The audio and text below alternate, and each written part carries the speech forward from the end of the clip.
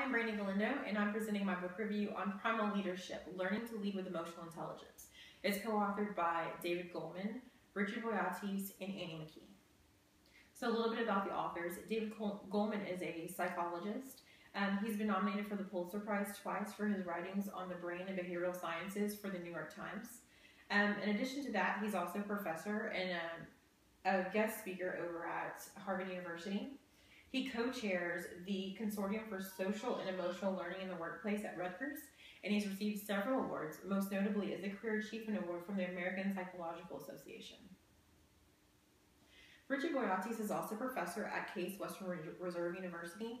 He teaches organizational behavioral psychology and cognitive sciences. He, in addition to being a professor, is a very well-written author. He has written over 150 articles on human motivation, leadership, and leadership development. And before his time as a professor, he actually served in the corporate world as CEO, COO, and as a board member at the Hay Group. Annie McKee is a senior fellow at the University of Pennsylvania Graduate School of Education, and she teaches at Wharton Executive Education. She's a director of the Penn CLO doctoral program, and she serves as a mentor to senior executives around the world, teaching them to become a resident leader. So a little bit about the book. The purpose of it really is to develop emotionally intelligent leaders.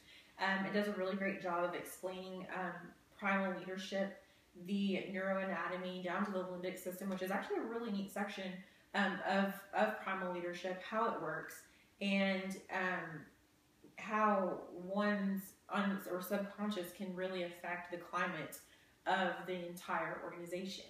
It also does a really good job of teaching different leadership styles that will inspire others. This book is actually geared to anyone who considers himself a leader. So CEO, CFO, formal, informal leaders, it doesn't really matter. As long as you're in some type of leadership position, even if it's an informal one, this book is geared towards that person. So some strengths about the book. It's actually really well written, uses really great concise language. Even the neuroanatomy part is really well done to the point where you don't have to have a strong background in psychology or anatomy or biology at all. Anyone could really benefit from reading that, and it would be an easy read for them. It gives a very clear message, and my favorite part is all the different examples. It has a ton of relevant examples, both positive and negative, of how primal leadership is utilized in the workplace. So some weaknesses of it. It is a little redundant. Yes, there are a lot of really great examples, but some of them are very similar in nature, and it kind of bogs down a book a little bit. Also, there's really no clear path, no point A to point B way for the reader to determine how to obtain emotional intelligence. It does a great job of telling why emotionally intelligence is important in the workplace, and it does a really great job of explaining emotional intelligence, but it doesn't do such a great job of telling one how to achieve it. So that's one shortfall of the book. So the objectives. The book sought out to fully explain primal leadership and the neuroanatomy behind it, and it does just that. It definitely gets an A for that.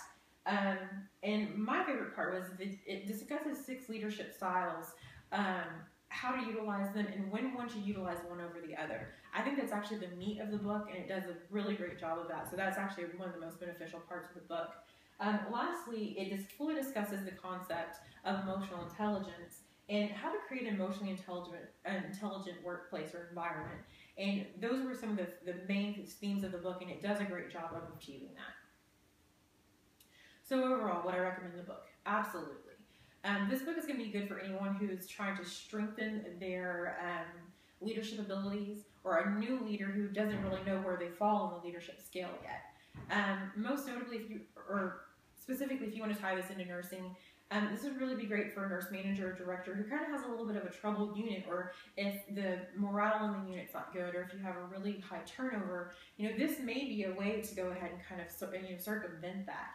So overall, really great book, and I definitely recommend it, and I hope you enjoyed it.